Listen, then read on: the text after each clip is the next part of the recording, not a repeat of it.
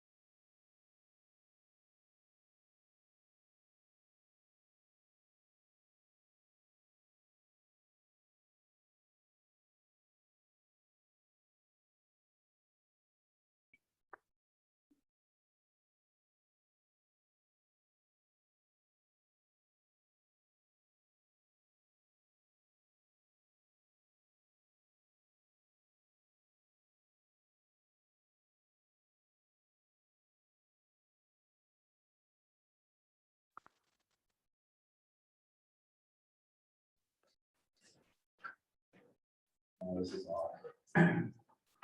So we're going to call this meeting to order of Jefferson School District 14J on October 11th at 6:30.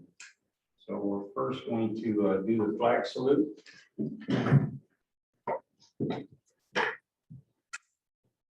Pledge allegiance to the flag of the United States of America and to the republic for which it stands, one nation, under God, indivisible, with liberty and justice for all.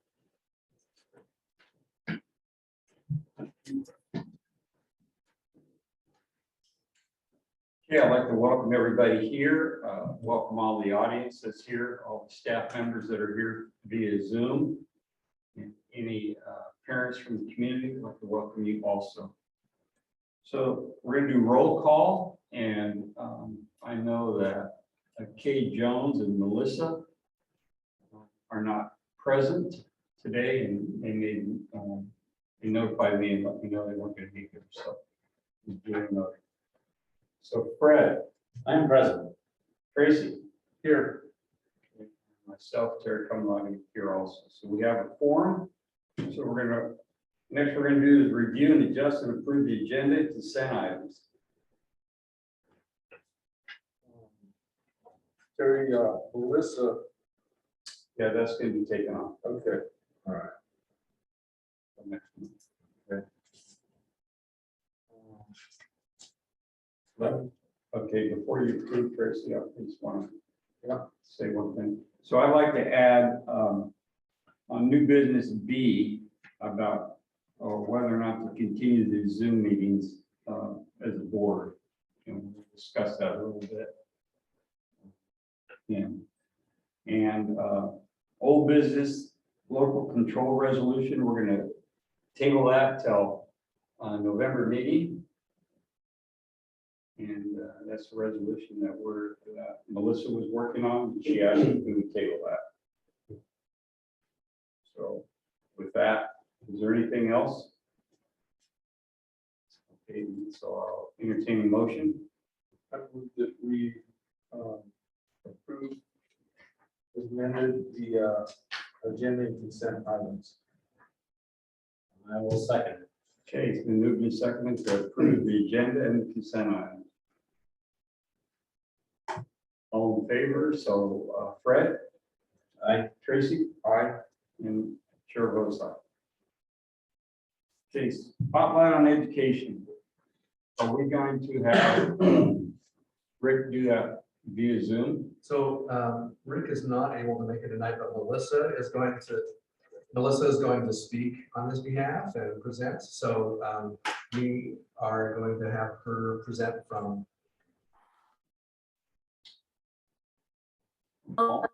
Or is it Laura? Coming into my office, so one moment. All right, you want to switch places?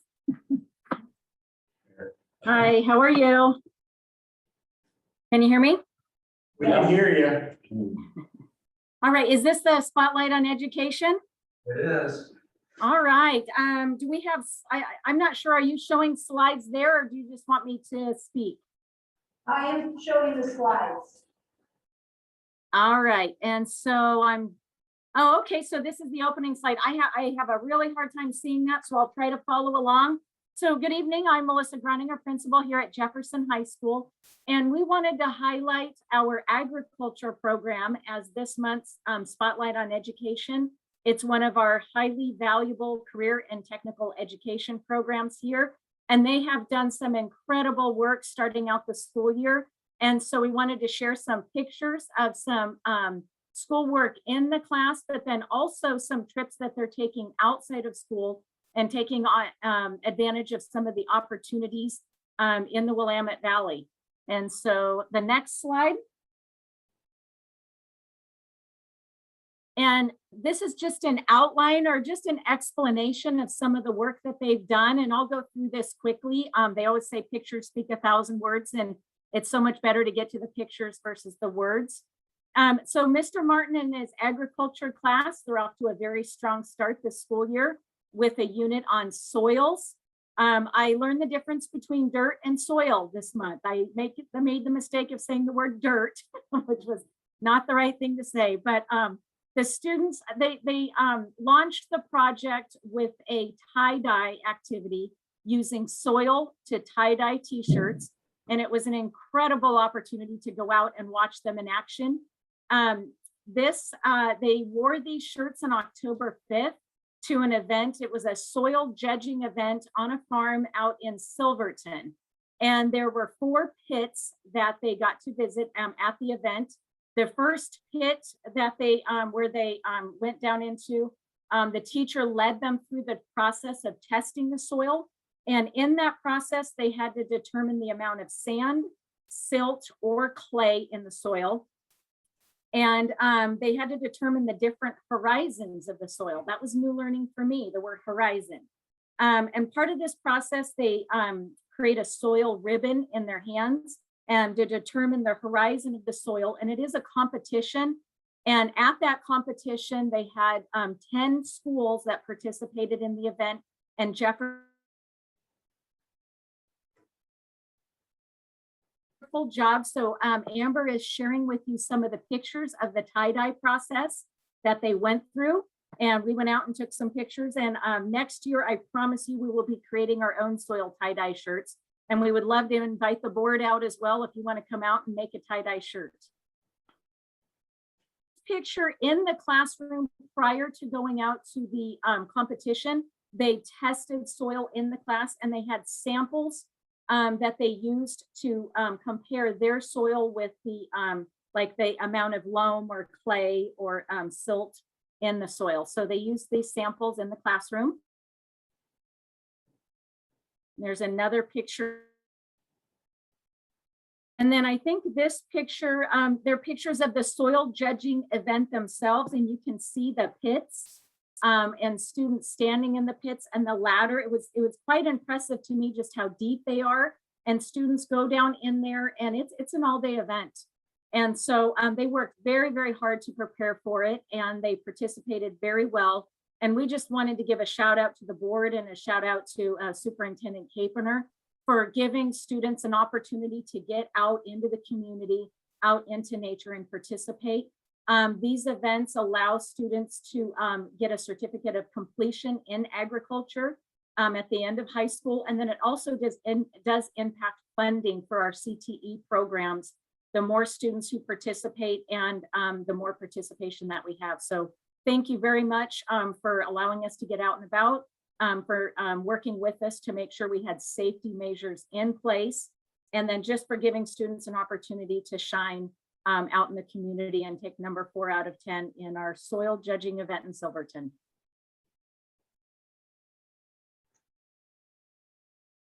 Thank you, Melissa. Thank you very much. Chair Kamlade, when this came up, I just wanted to share with the board when this kind of activity comes to forward, and it's an opportunity for our kids to get out, and you know, we get really excited about these kinds of things because it's taking relevant, it's making education relevant, it's making it applicable. They're taking what they're learning and then going out and being in the soil and actually taking the soil and doing something with it. And I think that's just says so much for learning and for CTE, and we want to do more of these things. So anyway, we're really excited with this. I just want to share. I don't know if I mentioned this before, but back in '73, I was on the FFA soil judging contest, and we won Marion County. And then we had the opportunity to go to the state, which was in Tillamook, and we got 3rd place there, and we ended up going to national in Oklahoma City. I don't remember if we got 3rd, but we were in the top 3. So we had the opportunity to go to Oklahoma City and do soil judging, national soil judging contest over there. And there was 5 or 6 of us on the team, and we drove all the way back there. We raised money, drove all the way back there in a rent-a-car with Lee Clampy, who was our FFA advisor and a teacher here in Jefferson. And I think back there we placed like 23rd or something like that. But it was amazing. It's really a great learning opportunity to do that. And yeah, that's fun. So I understand exactly what they're doing. And Melissa, tell Rick, good job, and thank you for sharing that with us. I have one comment. Melissa, this class is a very, very, very important classroom from the standpoint of my profession and localized farmers, the importance of our students understanding soil and how it relates to growing, how it relates to stabilization, how it relates to percolation, things of that sort, is an essential component to environmental protection. One of the key things that I was playing on when I was looking at some of those cylinders that contain different soil values is being able to read the soil. And it'd be nice for you guys to convey this to the kids, but there is a huge career opportunity within Oregon and surrounding states when it comes to the Department of Environmental Quality and placing septic systems in the ground for proper containment of sewage that could damage the environment. And so understanding and being able to read those soils and the properties therein, you know, there's definite career paths there for kids if they have that type of interest. Not just with septic systems, of course, but in construction as well as farming, as you well know. So I'm a big supporter of this program and what it does for our students. And if you would pass that on to those students that have participated in that, tell them that I'm really glad to see that they participated in that. We can absolutely do that. Thank you very much. I have something as well. I just want to dovetail on what Mr. Rose said there. He said everything I was thinking. He said it in a very, very clear manner there. And I agree 100% with everything that he just said. So just ditto to that, I guess. And you have my full support on this type of program. It's much as the superintendent was saying, this is like something they can take into the real world. I think that's very, very important. And I want to be one of the first ones to sign up for the soil dye t-shirt. And then We will invite you. We would love to. if I could, even before that, if I could get a chance to come out, I didn't even know we had this type. I'm new here.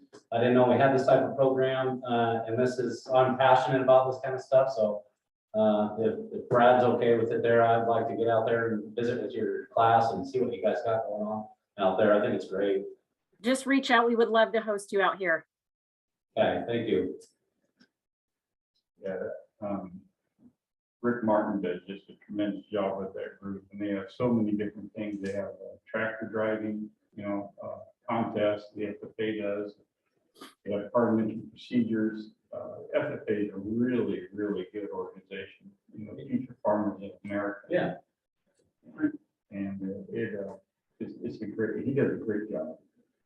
Pre-Brad, I was asked to,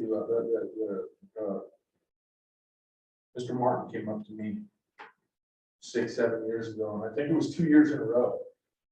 Is what I did, but out where the middle school is, out behind the new middle school, I actually came here 2 different times and dug a trench 5 feet wide, 4 foot deep, and about 80 feet long for the soil judging for the kids to practice, number one. But then the following year, the event was actually held here where a bunch of schools literally came to Jefferson for the soil judging contest. And it was nice to be able to contribute to the educational experience for not only our kids but all those other In the district, right?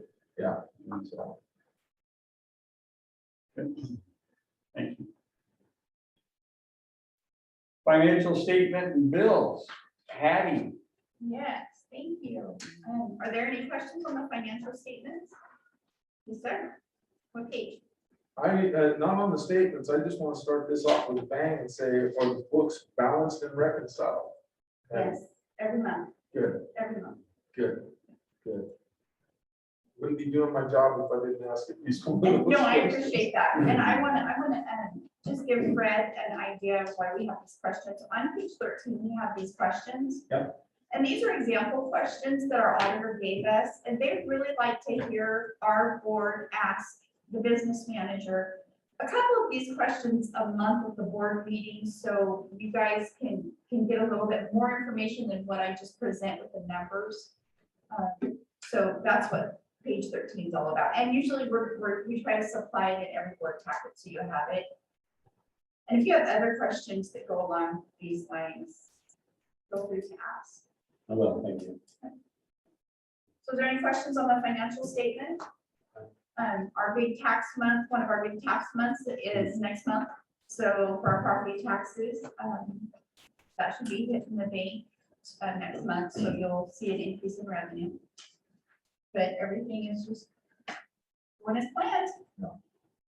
It looked good to me, Hattie. Awesome. Obviously, I'm still keeping an eye on the energy expenditures. No, I appreciate it. Every bit of it. More eyes on these, the better. Yeah, Yeah. it just takes instead of month by month, it takes a track of time, referencing back and so on and so forth. Right. But still, in the sense we have done what we have done through the bond measure and maintenance, I can see where the energy dollar consumption has gone down, significantly in certain areas, and I'm grateful for that. And now we have a reference because we've had our building 2 years now. So, yeah. If there's no more questions. Any more questions for Hattie? On page 13 is, I know that we hired Compass Project Solutions. Is this the same meeting or did we hire them again? No, on page 13 is the questions. Sorry, the approval of bills report, page 13. Okay, Oh, okay. page 39, I'm sorry. Perfect, okay. Yeah, Yeah, sorry. we read.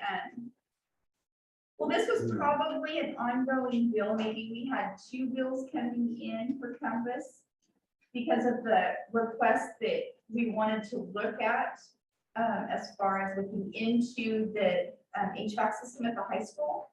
And this is probably one that didn't get paid with the previous month.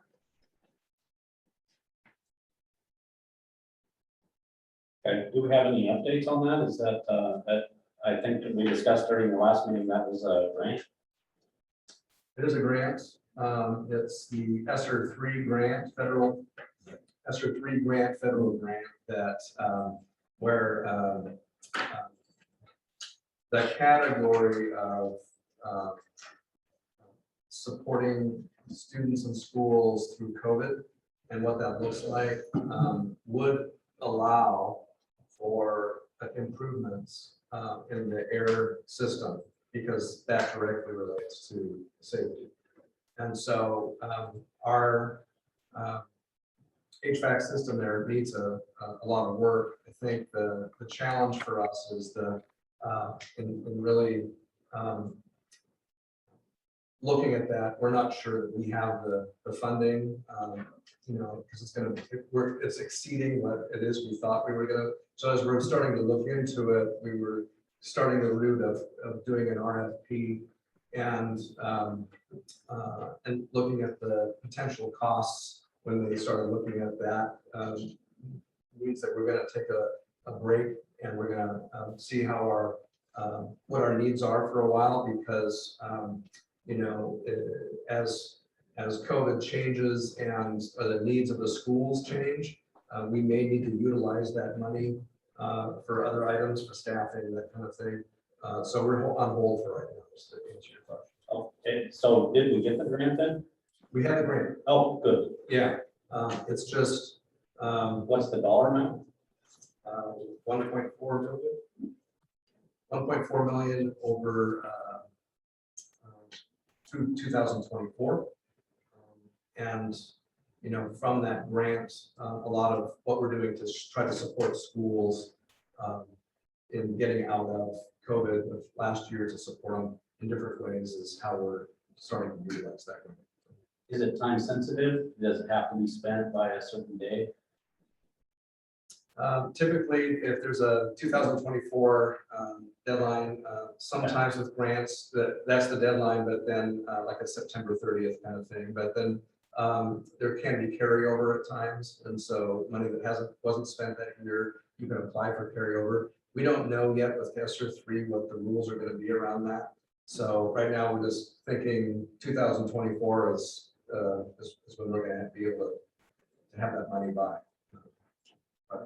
Utilize it. Thank you. I do have one question here. Yeah, what page?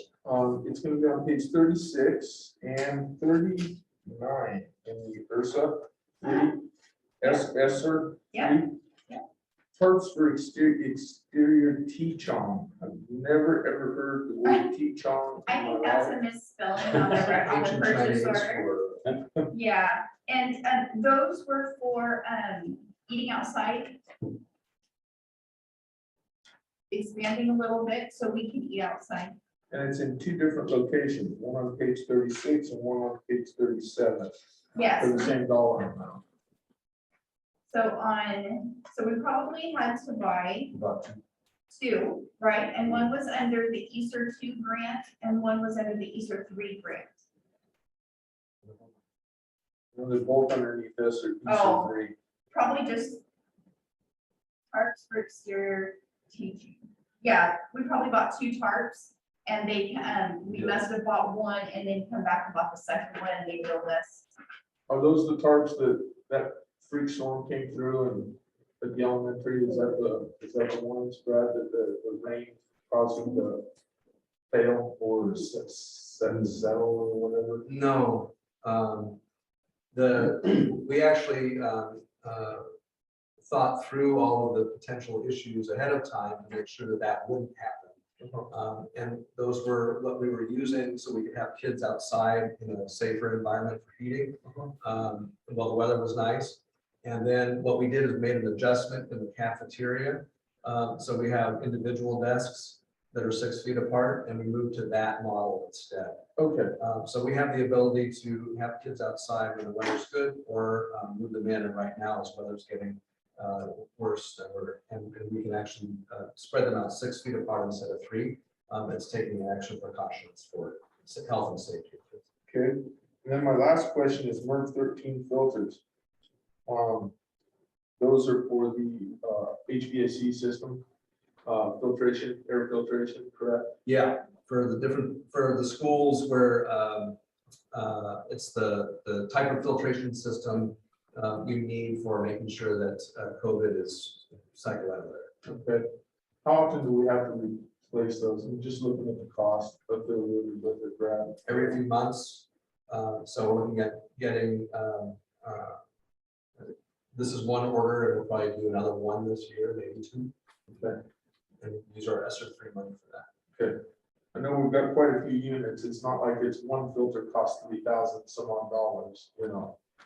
We've got many multiple units that for heating and air circulation. So I realize that the expenditure is spread across all those units. Yeah, you know, so.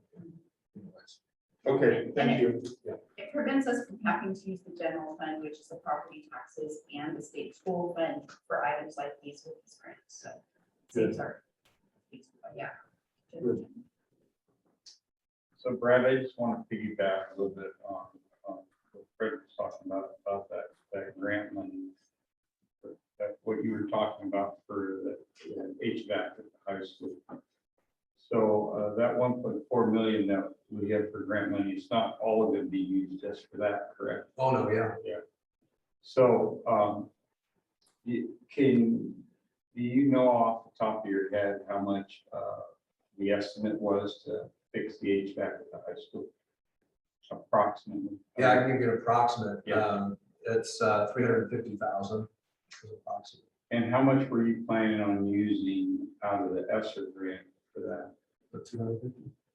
Yeah, 250,000. So It exceeded what we were Yeah. planning. understandable. So my question is that something that we could, if this, you know, if we have to use before 2024, can we budget like $50,000 a year for the next 2 years? Not, I know we can't this budget because this budget's already passed, but can we budget 50,000 a year for the next 2 years so that we can use the amount of the ESSER grant, and then we'll kick in another 100,000 so that we can improve that HVAC system over there, because it'll probably pay for itself in a very short period of time with how expensive that is over there. And I'm not asking for a question or asking for an answer, but when we get into the budget process, I think maybe it'd be something that we might want to look into. You know, because we can set that money aside for that, carry it over the next year before 2024 is over. We can use that ESSER money plus what we have saved up and get the job done. Just a thought. Okay. Terry, speaking about that, I don't know how many years ago it was, it's only been a couple, Brad, but the heating system, that big old squirrel cage is there at the elementary school. What, not to put you under the pinch on anything, but what are we doing to remedy that circumstance? I know that that's pretty expensive also. I don't know that I'll be able to answer your question tonight satisfactorily, because we haven't been talking about that issue for a while. Yeah. What I do know is that we already invested money into part of the school's heating system a couple of years ago. But I'm not sure that it's addressing the same piece that you are. So I'd have to look at the facilities plan and talk to Rainey to see exactly what that is, but it has not come forward as being a concern that's at the level of some of the other ones that we have at the high school that are more pressing and immediate. Okay. I realize that the high school is a big deal, and I know that we've got, you know, currently it's working, but I also know that well, I believe, not that I know, I believe it's on its last legs.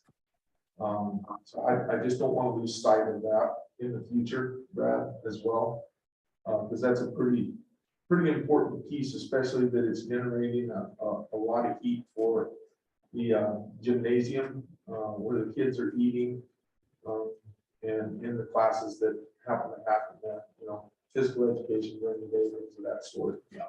So it's just important to keep our eyes on that. I know we haven't talked about it in a long time. So that's, you know, when Mr. Kamalati just kind of flashed in my head that, you know, maybe we probably have that discussion as well, Yeah. or a little piece of it. I will share with you that we have a maintenance facilities plan that was updated on our website last week.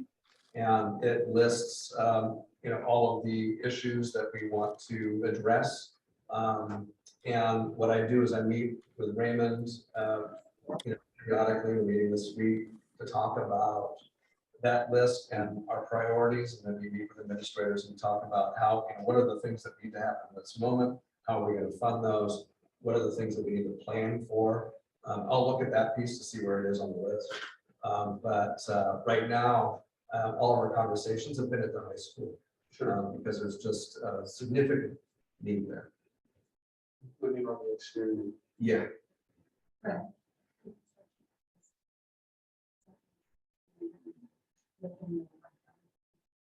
Yeah, thank you. So the construction excise tax we get from the county and city, we have that money is for capital improvements as well. And so we factor those dollars into our needs assessment as well. So what we want to do is look at all the need of the district and be able to prioritize what is critical, what is necessary, and what's down the road. And right now, we have several items that are, they're not critical necessarily, but they're getting there. And we have some that are just need to be worked on right away. And so looking at what kind of dollars we can put to it, Easter 3 is one aspect. Remember last year that we hired, or we applied for a grant, and we were waiting a year to see if we get a grant for the high school, and then we didn't get it. So we have to look at applying again. I'm gonna have Kathy looking at those grants. If we can get that, then we can maybe take care of some of the other things on the list. I'd like to note that those grants aren't necessarily that we didn't deserve it, or it wasn't, you know, for a good reason. Probably meant that the money needed to go elsewhere for other things that were more pressing. Is that correct? It's a competitive grant, and I mean, in terms of there's just a lot of need and there's a limited money, and so you put in your application, and there are other districts that got it. Okay. If there's no further questions, we'll move on to a superintendent update. Okay. Chairman, can we have that maintenance update in the board packet for next month? Would you like the report? I mean, the, what's on the, what we're looking at? or- Yeah, what, Yeah, we can do that. We've had it before. Yeah. We've had it in the past. So Yeah. it's, I think generally we get it once a year, Fred. But it'd be, since it was updated, I think it'd be a good idea. Are you guys all? Yeah, I think it's a good idea. I think it's a great idea because that way we can start to share with you kind of what the needs are. And down the road, if we reach something that's critical, it won't be news to you. Right. And that we could maybe, but we might have to be in a situation where we're pulling out a contingency for something.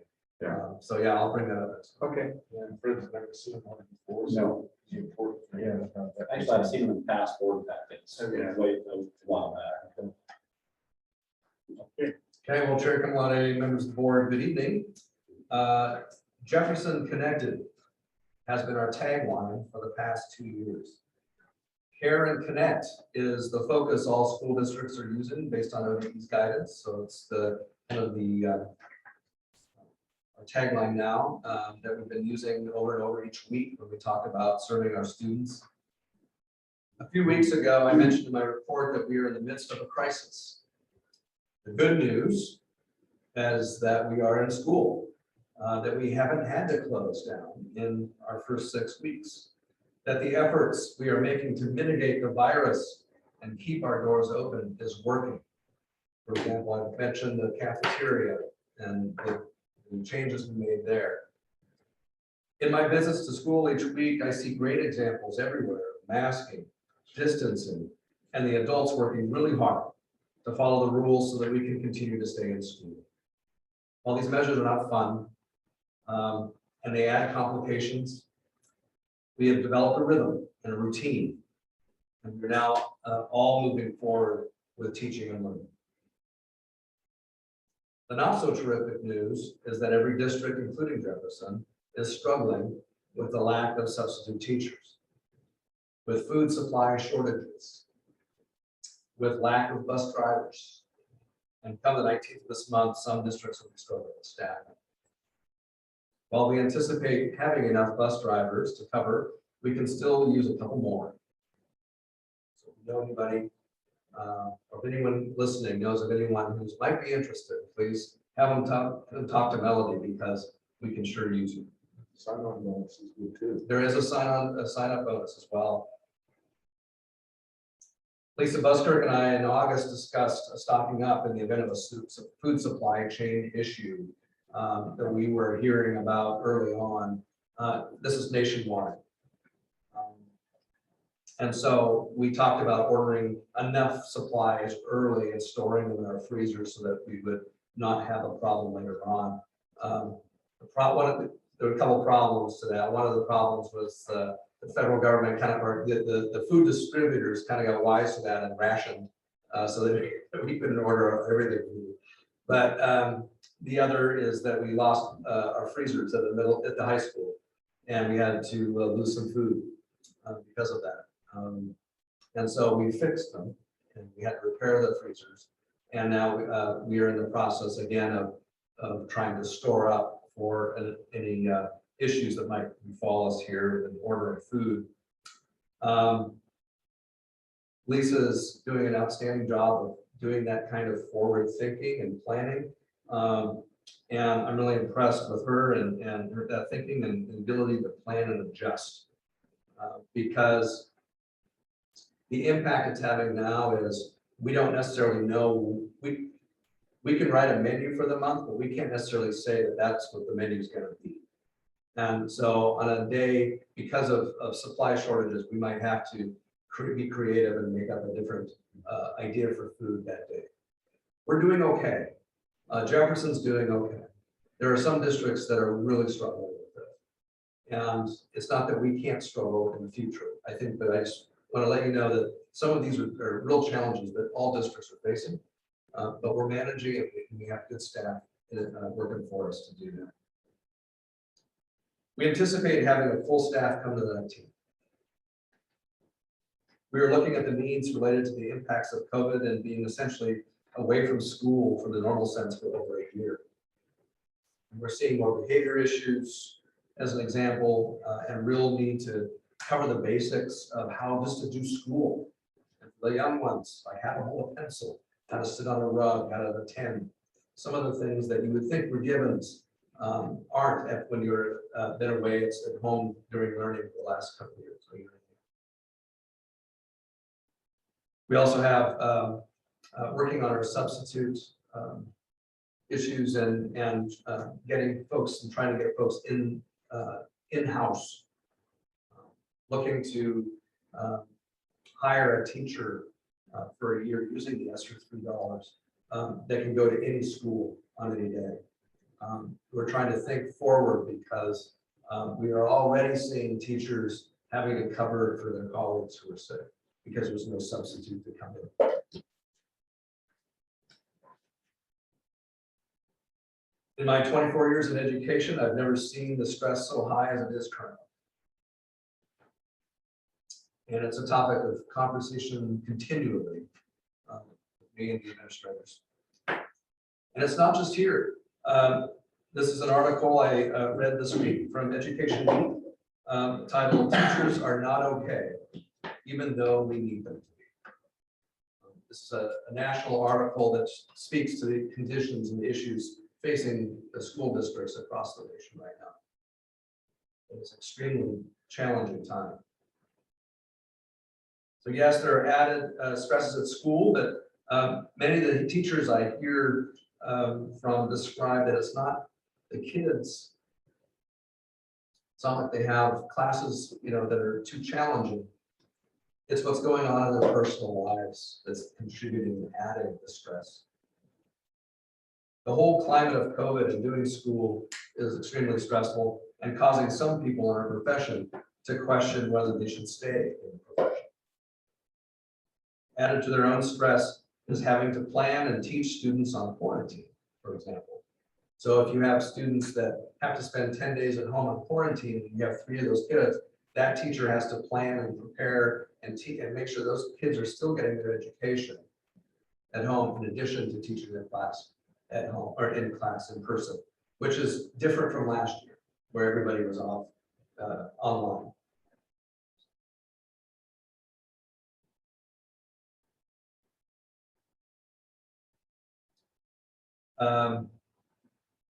I mentioned the classes that colleagues have to cover for their when there's no substitute. That's an ongoing issue on a daily basis. And in talking with edu staff, they are working with us, and we are able to cover a lot of our classes now. We've been able to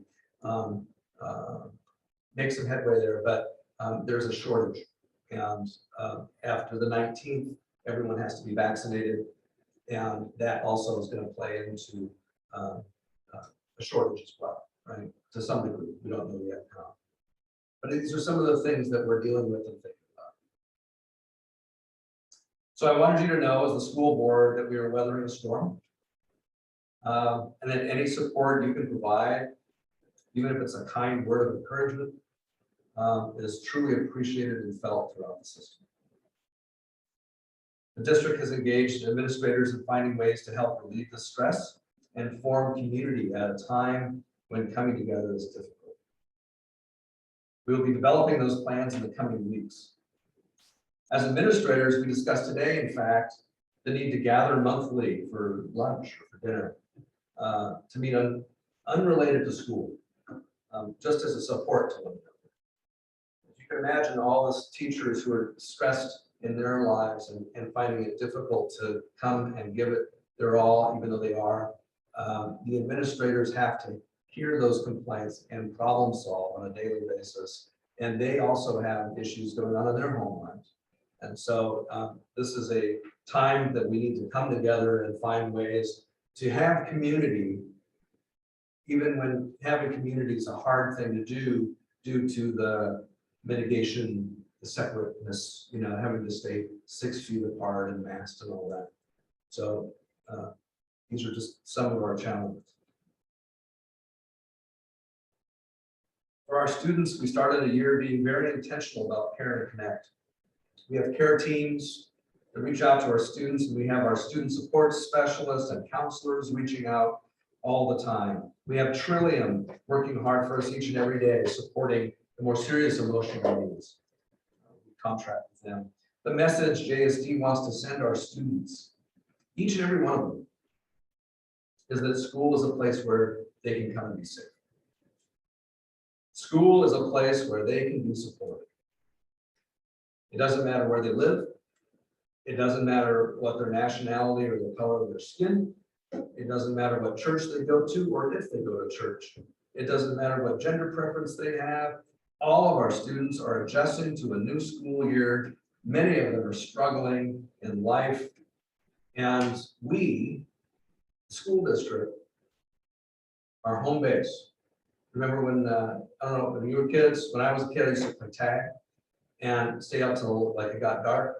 And there was always a home base where you go, you get to find it, right? If you can make it to home base, you're safe. That's what we are. We are that place for our kids. So I wanted to mention this tonight because Jefferson will be spending a lot of our effort on helping kids connect and regulate and feel safe and secure. It's on our lips every day. We continue to have our academic goals, to be sure. And we're not going to stop having academic goals and try to provide the best education we can. But for now, we are all, the adults and the children, in a new place.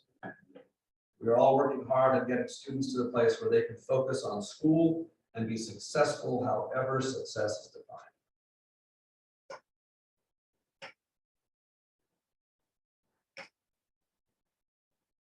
I would just, on a separate note, before I end my report, just also say that we engaged a conversation with OSEA on an MOU for going through this time with vaccines, and so we successfully had a negotiation with them or a discussion with them about this and have a signed MOU. So I want you to know that happened recently as well. Terry and Fred were part of that discussion. Any questions? You're talking about the difficulties in getting substitutes, and I think I heard on the radio actually that they actually dropped the requirement for the 4-year degree on substitutes. Is that going to help you with getting substitutes? It is. So in fact, we are already engaging and going to be supporting or looking to support anybody who meets that criteria with TSPC to sponsor them so that they can substitute for us. We do think it will work.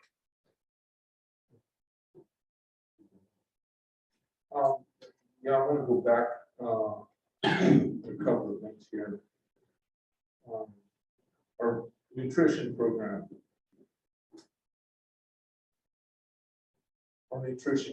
Brad. I know that there is with regards to what you've been conveying to us tonight, food shortage, and how that looks on having a balanced diet. Is the federal program relaxing at all with the understanding of the circumstances that districts are facing right now with food shortages in order to be able to produce a well-balanced diet for the kids? Has there been anything that's came across the board that way? Yes. Lisa has applied for waivers, and we've got those. So they make the adjustments, but it gives us some flexibility. Okay. Board support for the staff. That gives me warm fuzzies on the inside, but over the top of my head, I have this light or a question mark. What does that look like, Brad? How? I've got some ideas floating in my mind, but I know that the governor's mandate does not require board members to be vaccinated. There's, as far as I know, there's no talk on religious exception or medical exception with regards to board members, including the administrative staff. I know that years ago, not too far off, too far back, you know, it wasn't without Mr. Kamwadi stepping through the doors of the elementary school and sitting down with the kindergartners, first graders, helping them go through their reading of their arithmetic. I embrace that statement of board support. But what does that look like for us? We need a little help there. That's a great question. I think it can look at a very minimal way. Anytime you're having a conversation with, you know, a teacher or, you know, or an administrator in the community, whether you see them at church or whether you see them on the street, just to know that just saying thank you goes a long way. And I know you already know that, but I just wanted to voice that and encourage that because it really does make a difference. It doesn't have to be anything like being at the schools and volunteering and helping, because we know that that's not a thing that we can do at the moment. But it's just being aware, I think, of the fact that we're all in this incredible storm. And you know, if there's something that we as a staff do to help support teachers, like if it's food, you know, and you know, it's a card you can send along. It's adding to the food, or it's you know, helping to deliver it, or I mean, there's lots of different ways that we're going to try to see how we can kind of take the air out of the tire a little bit and show some support in these little ways. And so if the board, you know, members are interested in just lending their voice to that, we welcome that. And you know, we can share with you what our plans are, and just, you know, if that's something you feel like you want to do, that's great. I don't want to put any expectations or put a burden. I'm not trying to give you something. What I'm trying to do is just share the idea that we're all in this together, and to know that when they see the board supporting in any way possible, either that's just a kind word, an email, a note, it means a lot. That's I appreciate that, Brad. I've got my wheels are turning, but you know, so and I think that Fred's probably is, and Mr. Kamalade's probably is as well. You know, our staff are very important to us, Brad, and it does not go without saying they're amazing. Yeah. Each and every one is that is out there, okay, are amazing at who they are, why they're doing it, what they're doing it for, and the fact that they show up every day and they do it over and beyond what is required of them. We know this to be this, but it's underneath this particular time right now in the state that our state is in, and the mandates that have been laid down, that it is exponentially more difficult now than it ever has been. And this is historic, it's unprecedented, and we want to support in whatever we can do. I would love to do something that says thank you. And I thank you for bringing that up and building the fire underneath that. So it's very important. We are just starting the conversation about how we can be more visible. We as in the leaders can be more visible in supporting our staff. And we have a lot of empathy and compassion, but yet, you know, we're all moving so fast and furious, just trying to put everything together. And so how can we do that? And so in my thinking through and talking with administrators on this, I also thought about tonight and about the board and about how, because I think a family is everybody, right? And then how does this family respond to stress? And a healthy family responds to stress that everybody helps out, and everybody's there, and everybody knows that there's somebody that's got their back. And so to the extent we can, I mean, there's, I'm talking in a general big sense of how we can support people, then I think I'm just starting the conversation tonight. And as we start to develop our ideas and think through ways to do this, I may reach out and see what you guys, if you want to participate in something. Yeah, put me on speed up. Cool. You already are. Thank you, Brad. Are there any other questions for Brent? Okay, seeing none. We're going to move on to new business. Division 22 assurances.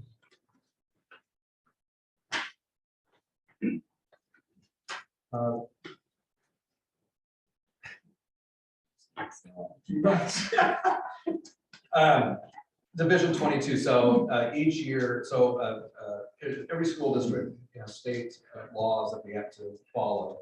And there's a whole list of them, and they're all fall under Division 22, so that's this. And what this is a reporting template that we need to show, a post on our website starting tomorrow, and to the community to say that we've met compliance with all of these in all these areas. And so the first part is to have that to present it to the board meeting before November 1st. And then this is to be posted, and then I need to send a form to ODE saying that it's not this one, it's something similar though, that says that we have met the compliance. And so that's what this is. This is just, we had all of our administrators look at all the different categories. And we looked at all of our areas to make sure that we were in compliance, and we are, so.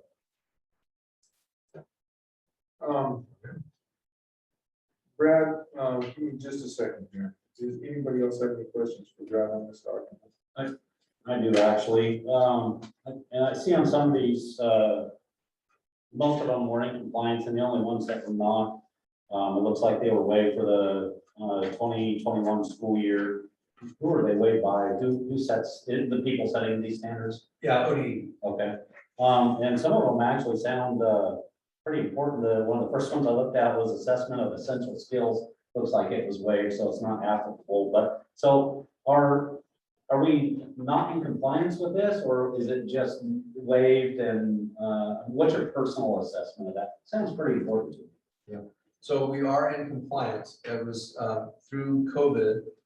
There were certain areas that the state relaxed for a year, and so we are in compliance because of it. They're relaxing it. If they, would we be in compliance if they wouldn't have? I just want your personal opinion. Well, no, so for example, there's instructional hours. We would not be, because we needed to structure our instructional hours differently since kids were at home. And so there are certain things like that where, just being not in school, we wouldn't be able to meet, which is why they need the waiver.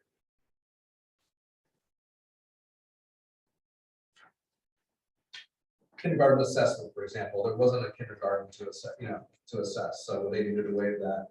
And now we're back in school, so we'll assess. Thank you. Brad, in looking through the division, Division 22 standards, the one that I keyed in on was the diploma requirements. 581-020-2000 diploma requirements, which is the second one down from the top of the list. Okay, page 41. So clicking on the link, there's some historical requirements. The old never left, the new was implemented.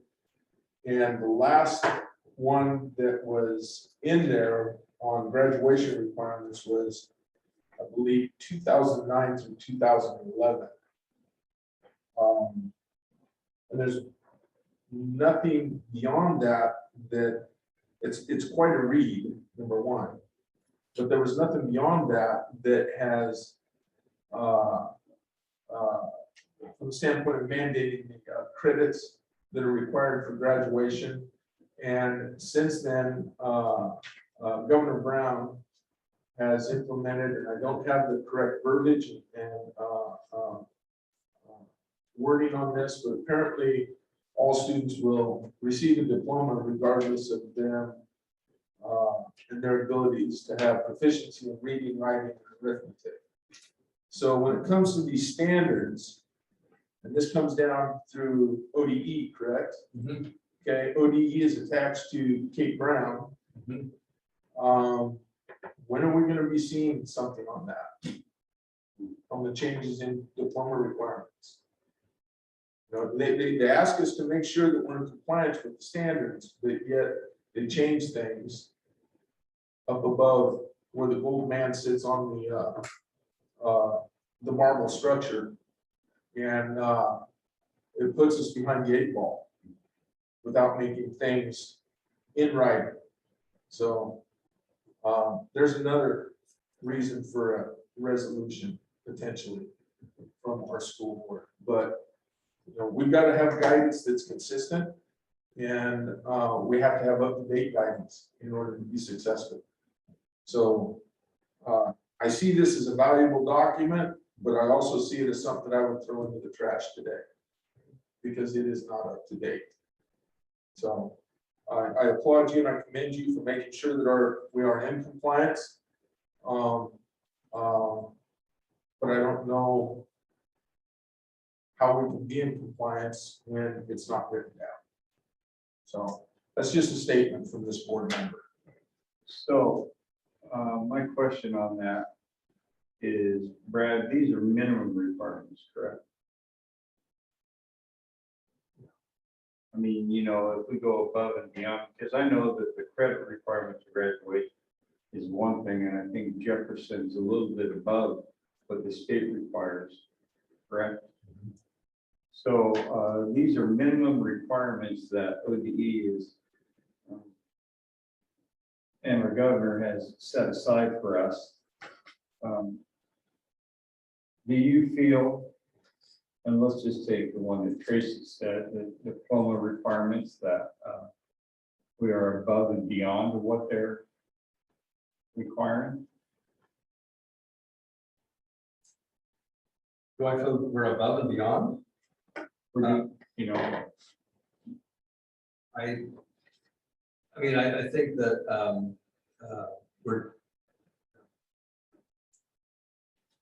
I think we're definitely meeting the requirements and then some. and then some. Is that what you said? Yeah. Okay. I know that Mrs. Notwithstanding, you know, all due respect to you, Brad, but Mrs. Emmerich in the past has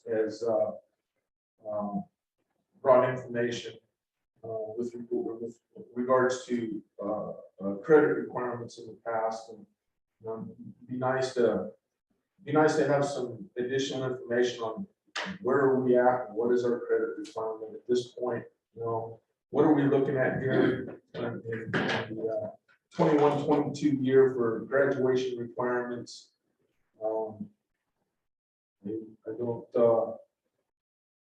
I don't like it not knowing. Yeah, we can update each other. Okay. Yeah. Amber. I just wanted to point out, can you see that in your policy packet you have right there on your desk for our meeting on the 28th? Yeah. There's a new policy for graduation requirements and graduation exercise, a few things to go over for that, so you'll be able to see that right away. Okay. Thank you, Amber, very much. Yeah. Any more questions on Division 22?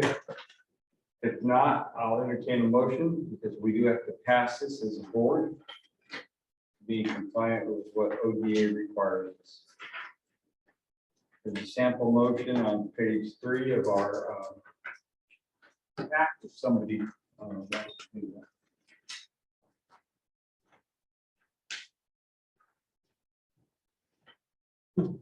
Like what I said. You want to say? Please, please. I move to accept the ODE Division 22 assurances as presented for the school year 2020 to 2021. I'll second that motion. So it's been moved and seconded. Is there any other further discussion? Statement. When the vote comes through, I'm not pleased with the Division 22 assurances as they're written and delivered to our school district to make sure that the assurances are there and that they're being performed and done without it actually being written down as a living document. That's all I have to say. Okay, duly stated. Okay, with that, we'll call for the vote. Brett, Aye. Tracy, I chair votes aye. Okay, the B on new businesses, I want to talk a little bit about this Zoom meeting that we're having right now as a board meeting. And I know that, you know, we had a parent outside just earlier that would love to came in and spoke. I just want, you know, I made this decision as board chair to have, because of the COVID outbreak that's going on, to have this meeting where we met and the public and our administrators, they could meet via the Zoom meeting. And I just kind of wanted to know what you guys thought about that. So I would like your opinion. You know, the COVID occurrence rate has been on its way down. I just like to know what you guys think about that. Man, you want to go first? No. I personally don't have a problem being amongst other individuals in the community. Whether that's 3 feet away, whether that's 10 feet away, it makes no difference to me. I believe that a lot of people are being forced to live in fear. And fear is not healthy. Again, my opinion. I believe that COVID is real. I don't believe that it's fake. But at some point in time, we've got to get on with our lives. And for those that, I think it should be optional, is my opinion, as to whether somebody participates on Zoom. I have to respect that. Or if they feel that they want to be a part of the meeting in its entirety and be present for that, I have no problem. Our teachers are amongst anywhere from 25 to 30 students on any given day. Custodians. I'm not here to say that the vaccine keeps you from getting COVID or none of that stuff. I believe that it's a personal opinion or a personal preference. And I'm not opposed to other individuals being in this arena in my presence. Thank you. Brad, anything you'd like to say about this? Well, I think it took me about maybe less than 10 minutes after I got the email and seen this decision to give the chairman a call to voice my displeasure with this. And I think it's kind of ironic that we're drafting a resolution to send to the governor that basically says that we don't agree with someone taking our freedom of choice and how we do business. We don't agree that that's being taken away from us. Now, I'm paraphrasing, I haven't seen the actual document itself, but that's the gist of it. And then we turn right around and we tell the community and everybody except who's in this room that you don't have the freedom of choice to show up to this meeting or not. It's just like Mr. Rose said, I fully support people that don't, if they don't feel it's safe, I fully support their decision and their freedom to make that choice to attend virtually. But to take it away from the community members, the ones that voted, all three of us and the other two board members into office, and as I found out, quite a few of the people that didn't vote for me were frustrated with this as well. And I'd actually just like to read two comments that were posted on the Facebook, and let me assure the community that these two comments weren't our intention, but this is how it was taken. And one of the comments, and I'm not going to say who made them, and everybody can get on Facebook and look for themselves if they want, but one of the members, the community members, said by holding a virtual meeting, it makes it easier for the board to shut down anyone's comment. Another one of the comments, watch here. Interesting that every time the community decides to congregate at a board meeting, it's all of a sudden made virtual. COVID sure is a great excuse for keeping the community members out of board meetings. So I'd like to reiterate 100% that I fully support everyone's choice to come here and attend in person. And I fully support everyone's choice on attending this virtually. And that choice and that freedom should not be taken away from anybody. We're already, we have a mandate in place, and we have to obey that. And if we don't, consequences are severe, our insurance, and I get all that, but to go above and beyond that mandate is completely unacceptable to me. Brad, would you like to speak on this? You don't have to, you don't want to.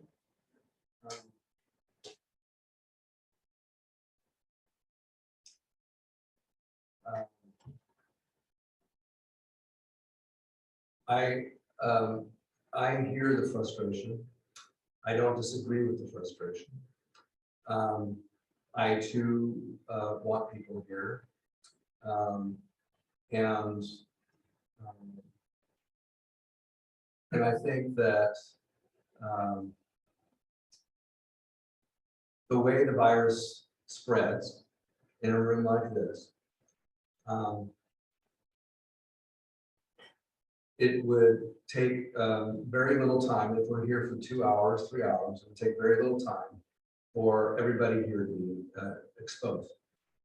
Some are vaccinated, some are not. So the challenge with COVID all along has been the same issue of trying to walk the path between individual feeling of rights, or being able to express themselves, attend to a meeting, with the prevailing sense of trying to care for safety and health of all people.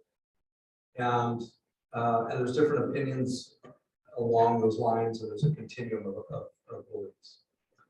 And so I think from a very practical standpoint, when you put all of my administrators in here and my staff, that if we have folks that aren't vaccinated and they get exposed, they have to be gone for 10 days at home and on quarantine, which impacts our ability to do our business.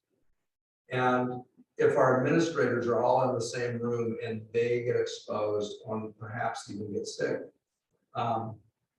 then they're not in the schools to run them. So I think where I agree that people need a voice, and they do have a voice, that Amber's going to make sure that they have a chance to participate virtually. I know it's not ideal. And our hope is, as this virus comes down, we're sort of in the peak of the storm, and but you're seeing 5 weeks of decline. And as we're in a decline, the hope is that we can come back and be in the same room, whether that's a bigger room, but whether that's we hold the meetings in a gym, or and spread people out, or what, we can think about that and be creative. But I think those are some of maybe another way of thinking about it, in terms of just you know, if it were to happen, it could really halt the district in being able to lead and take care of, if we put all the leaders in the same place. So, you know, I think for, in the short term, as we are in the middle of something that's spreading very quickly and rapidly, a measure of caution for the health and safety of staff is something to be, is something to consider.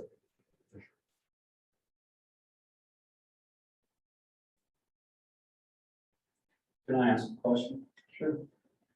Do the staff and the administrators have the option of attending this meeting virtually? If they want, or Yeah, I mean, we could make it so that they can be virtually, and that's where they are tonight. They're virtual. I didn't know if that's always been an option for them, or if it was mandated tonight that it has it been an option? No, I mean, Can it be an typically, if we're here, they're, and that's just been the expectation, that's the case. Doesn't have to be, you know, it's just the way it's part of our norms of what we've done in the past. We're not normal types. Correct, and that's why I'm saying it doesn't have to be that way. Thank you. I guess a greater question, Brad, apologize. Greater question to you is what does Chase say? I don't know. I don't think the pace has come out, so at least I haven't seen that, you know, with a recommendation. I think what the challenge has been over the last year and a half, we've been virtual as board members, you know, our board meetings have been virtual. And then we came back to, we can all come back, and then ODE said, you know, you have to limit, and so, because, you know, things have changed, and so we go back to that. And now we're to that place now again, where it's kind of up to us to decide what we want to do, if we want to meet in person or not. And we're in the middle of this Delta variant that is rapidly spreading everywhere. So hopefully it's coming down, and so that's why we're taking an extra measure of precaution for health and safety. Well, I think question about pace needs to get answered before a decision can be made. The topic of discussion tonight, this is not an action item, correct? No, this is a decision that I made. And I'm just looking for input because, Fred brought it up to me, and then I just had a parent out there that really wanted to voice their opinion.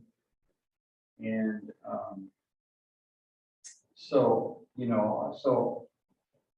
I want to talk about it, I'm going to make a decision one way or the other on what to do, and I just want some insight. Well, I know we're independent governing board of directors here, not related to SIO, not related to Cascade, not related to state, and so on and so forth. I don't know what they are doing themselves. All I know is, Amber, you may be able to, I saw your hand go up. Well, just again, in the policy packet that you have, that's another policy that's updated, and as you can see, OSBA has provided some additional information in regards to the board meetings and how they now have to be provided via online this way per law. And so that's what I've been putting inside of the board packet. It's HB 2560, I think is what it's called, but that just recently went into law last year during COVID. And so since July of 2020, we've been operating that way. And so OSBA just came out with an update to our policy that we'll be going over on our policy committee meeting. And as you see, I've kind of made it bigger there so that you can see they have some other information in regards to the public and then being able to attend the meeting virtually. And it's just more. But that just says that they're able to, not that they have to.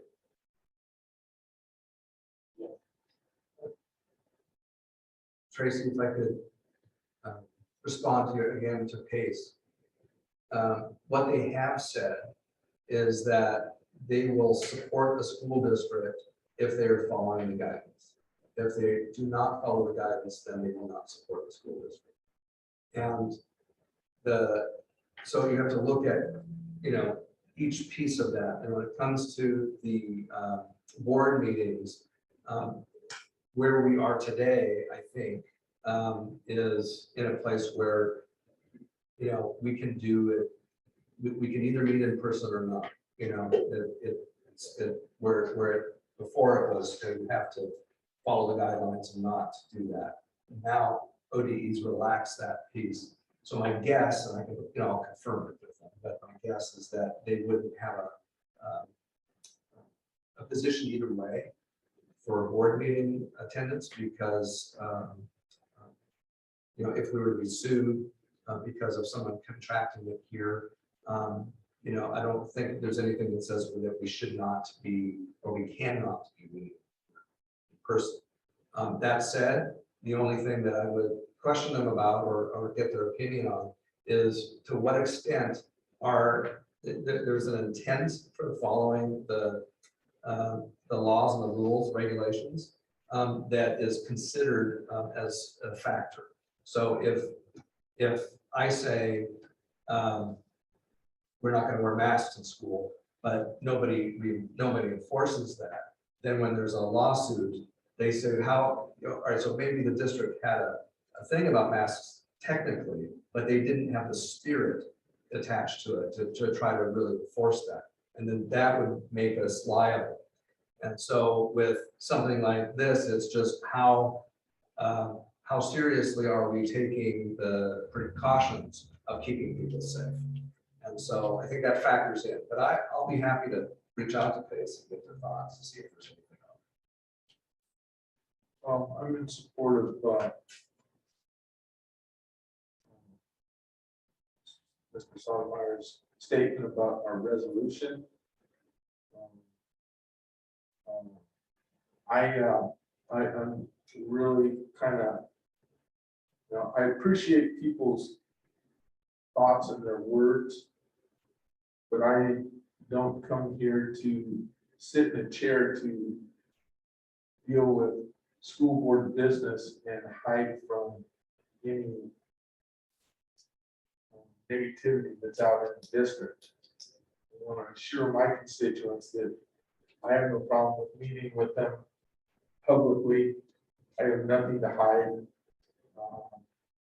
I don't know that there's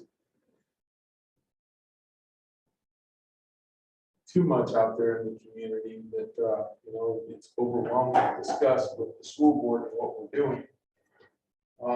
But I certainly want to give everybody an opportunity to speak.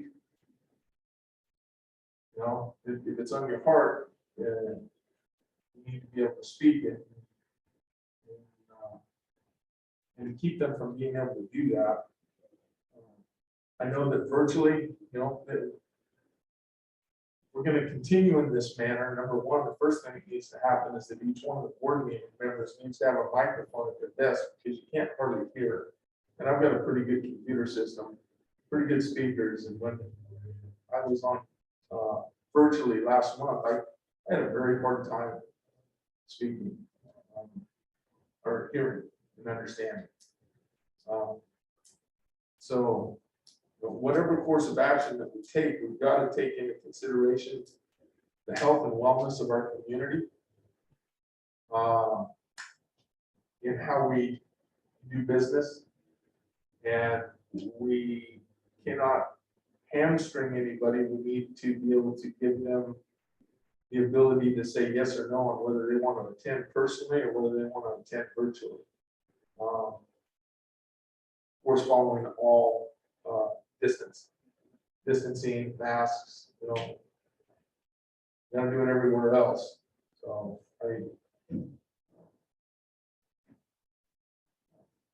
board chair made the decision not to on this particular one, you know, and I'm fine with this decision. On this particular meeting, I have no ill will towards his decision, or any other board chair that would make such a decision, you know, for one particular meeting, but, you know, we gotta come to some common ground at some point in time, somehow, some way, in order to continue to do business in a well and healthy environment, for our community. That's my opinion. Appreciate that. Yeah. You know,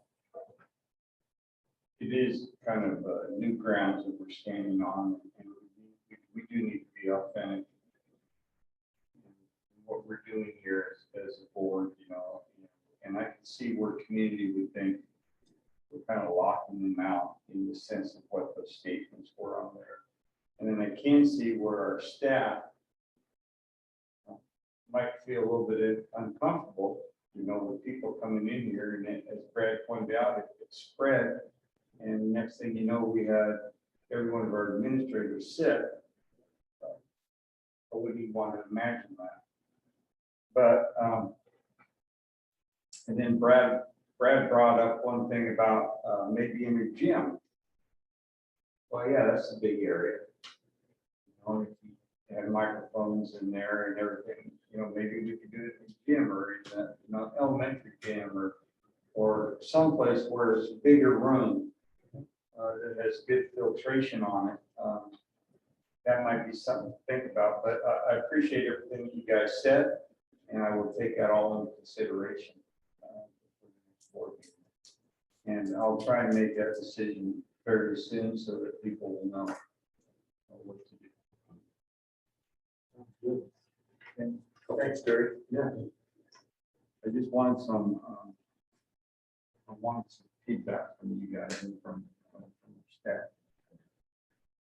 Okay, so with no more business coming in, the old business, the local control resolution is going to be bumped down to the November meeting. We're going to table it, and we are going to go to comments from the audience. I know that we have one person that has something he'd like to say, and he's on the radio, or not the radio, the telephone. And it's Mr. John Peterson. Can you hear me, John?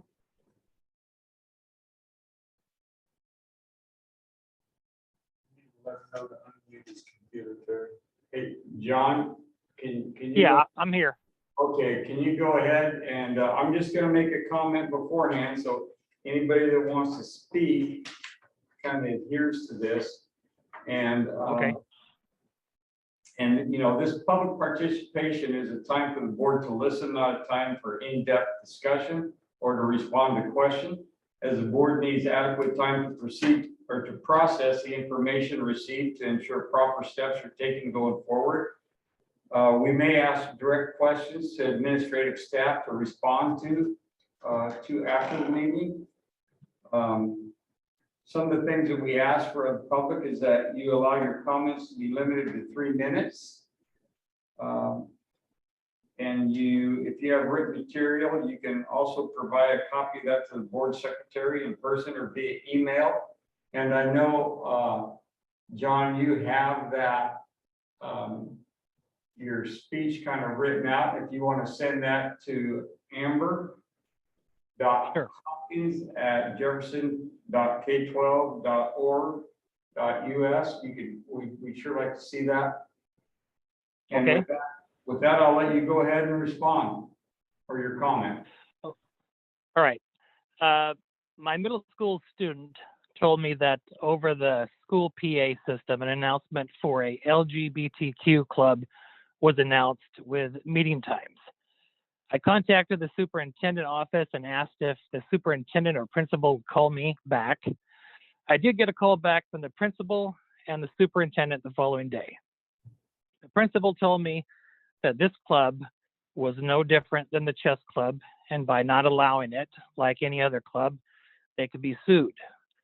For your information, you can be sued for sexual exploitation of children, which is illegal.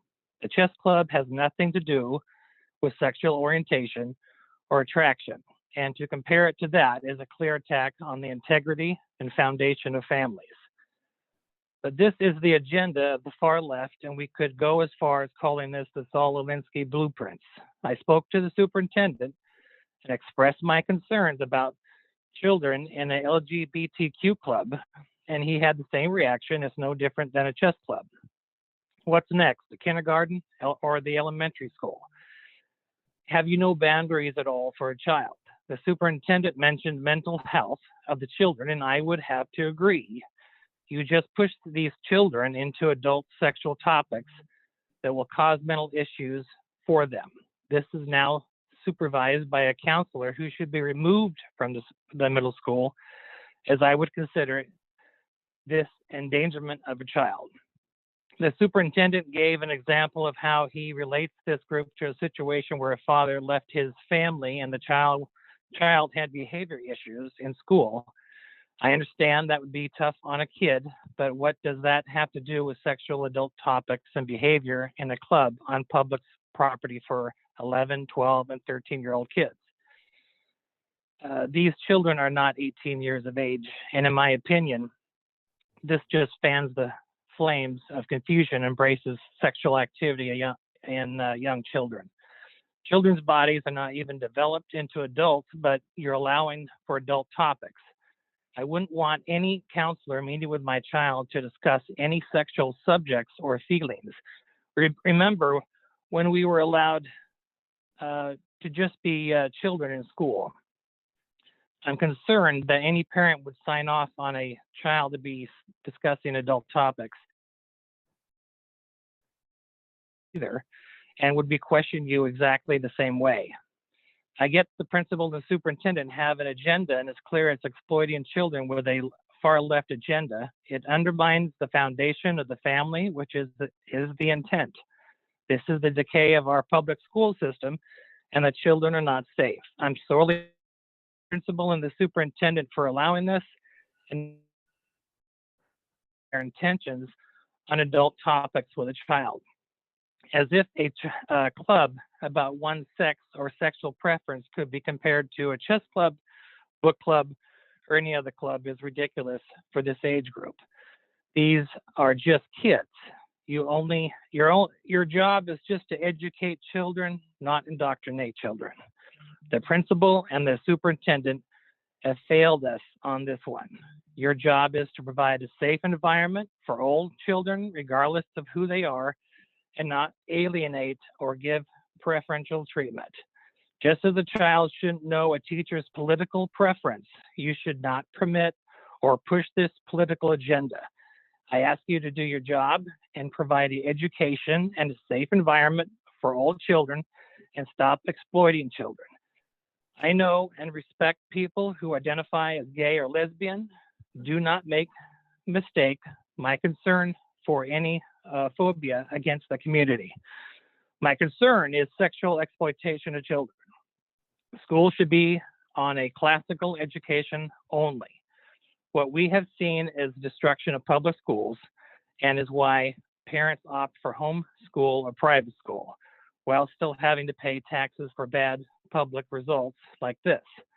Ladies and gentlemen of the school board, I appreciate your time and would ask you to please remember we are talking about kids, most of whom have not hit puberty or even could be considered a teenager, yet an adult of age 18.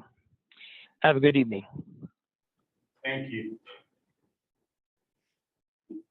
Amber, are there any other?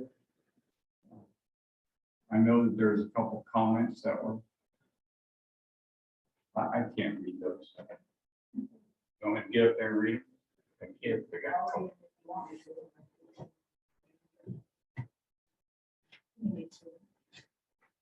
Okay, okay, so these comments came from Shannon A. And they are, when will my child be able to attend school without a mask? They are healthy children and COVID isn't affecting our kids nearly like it is an adult. More teachers will be leaving as they should never be forced to be vaccinated. This is unconstitutional and absolutely shameful. So everyone will get a diploma as a participation trophy. This is out of control. Mandate is not a law. We can't continue to be living in fear. Eric just has his hand up. He has a what? Here's his hand up, he wants to Okay. ask a question. Okay, Eric, you have a question?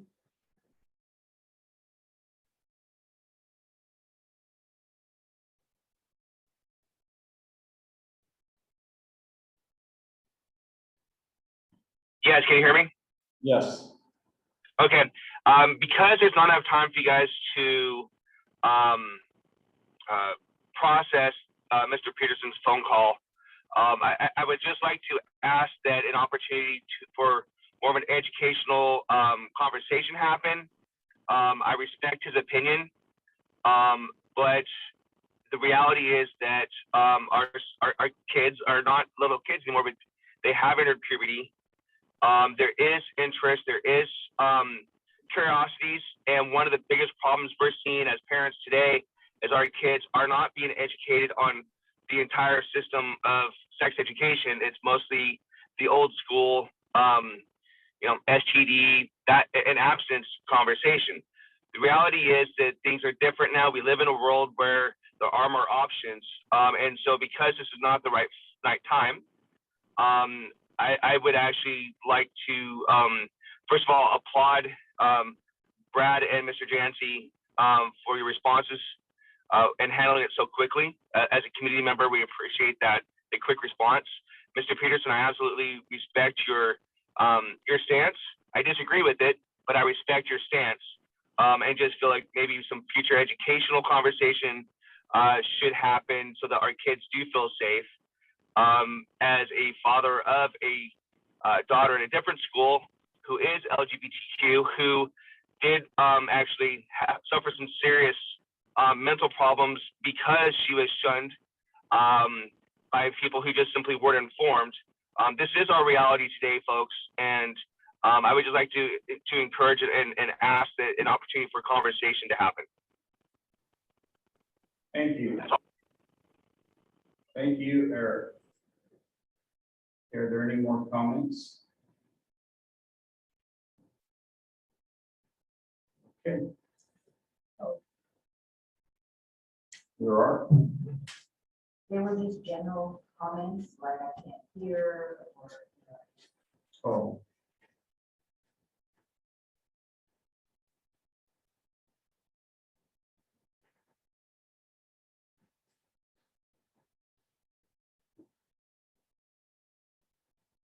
Okay, so I'm gonna read the one, you already responded to it, but I'll read it from Mara Jones. She goes, "Hi, can I ask if there will be another chance for the children or families who receive the first dose of vaccine before school starts to take the second dose in school again?" I think that's a good question to ask, Brad. I'm going to ask that right now. We did have that on that open night where we had the hospital. Are we going to allow, is there going to be a chance for a second dose on that? So we didn't set up a second dose with them to come here, but they were to make arrangements with The individuals? the individuals to go to the hospital to get the second dose. Okay, So they should go and seek out that.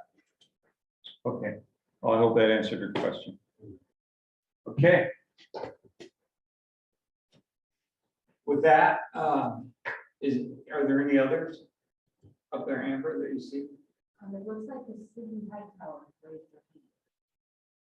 Cindy, raise your hand. Cindy, do you want to talk?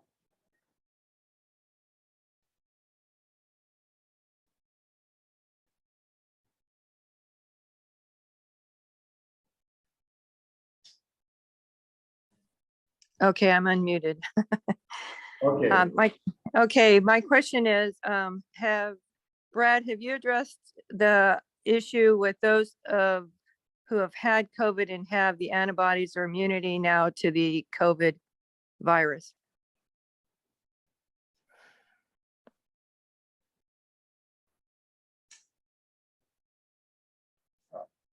Cindy, this isn't really a time to ask questions of the superintendent, but it's a time for the audience to voice. And if you would like to call him, he can probably give you an answer for that. Sure. Okay, thank you.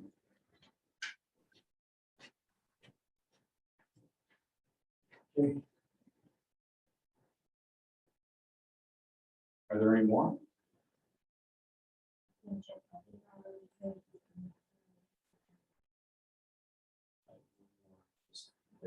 Well, we're going to comment. You want to say it during your comment?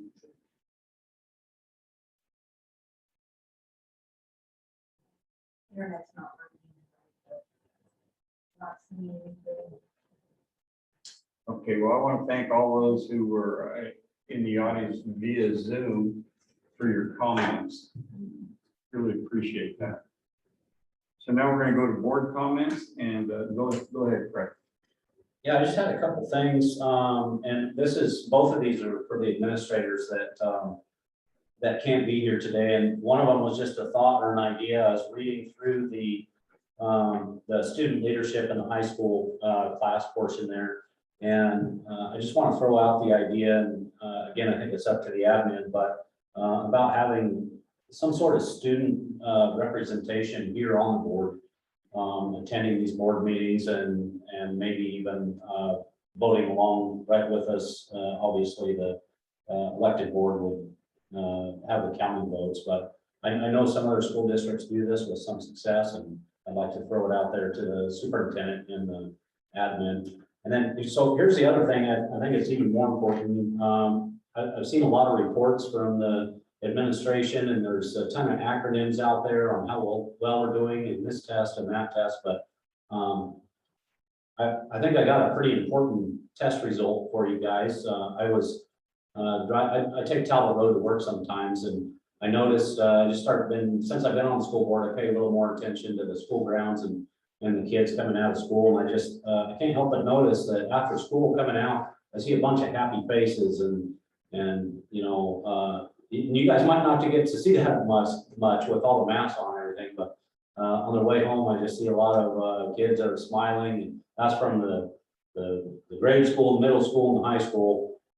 And so I was just kind of thinking about that night, and then I thought to myself, well, maybe it's because they're getting out of school. Maybe that's why they're happy. So I actually timed my day into work the next day. You know, I usually try and avoid the school buses, but I made sure to hit the school bus traffic on my way into work. And I saw the same thing going into school. And I think that's a pretty good measure on how our teachers and the staff and the principals on how everybody's doing. So, and I don't know how you do it. I don't know if I'm up for the task that you're doing, but that's my report card tonight for you guys and gals. Whatever you're doing, kids are happy to go to school. So that's all I have. Tracy? I kind of touched bases on it earlier. I think it's important for the board to evaluate our meeting environment. How we're able to communicate, and how the general public via Zoom at this point in time looks like it's going to be around for a while.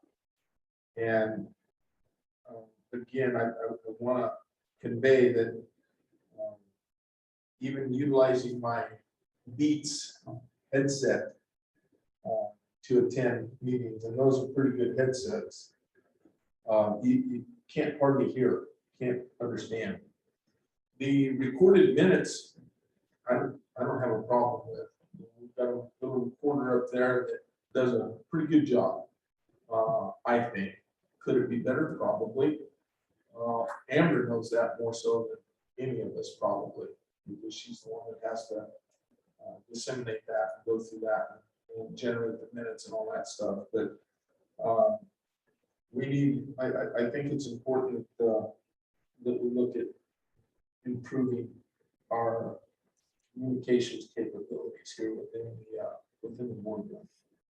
It's an observation, and this is based on my last month's meeting, attending via Zoom. That's all I have to say.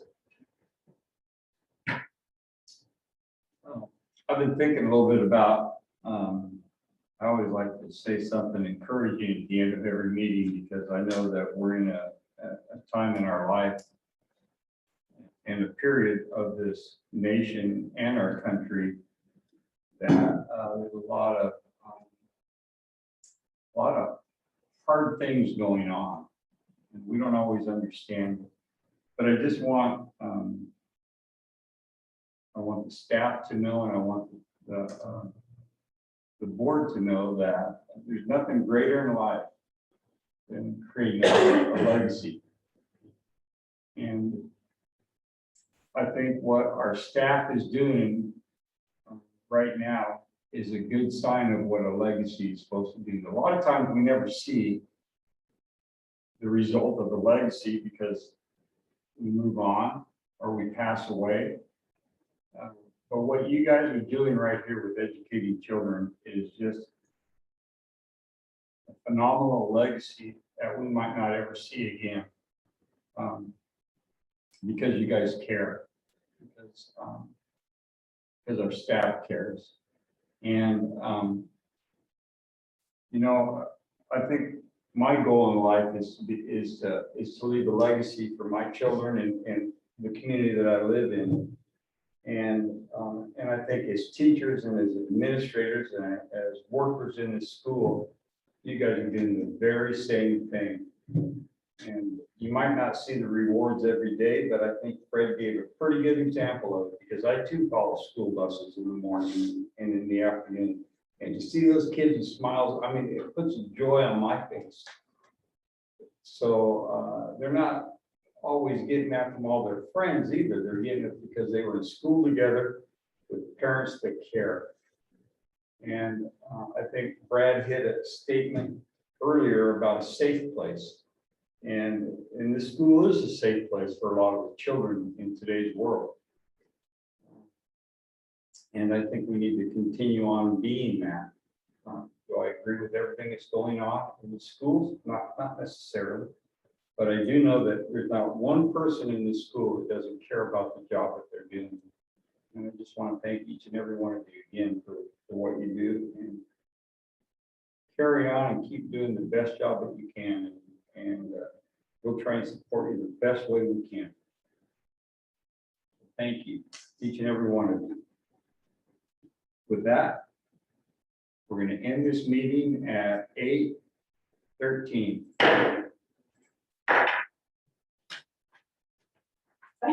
We were done. Take it off. What? It's a tough one to shove. Yeah. Well, and that's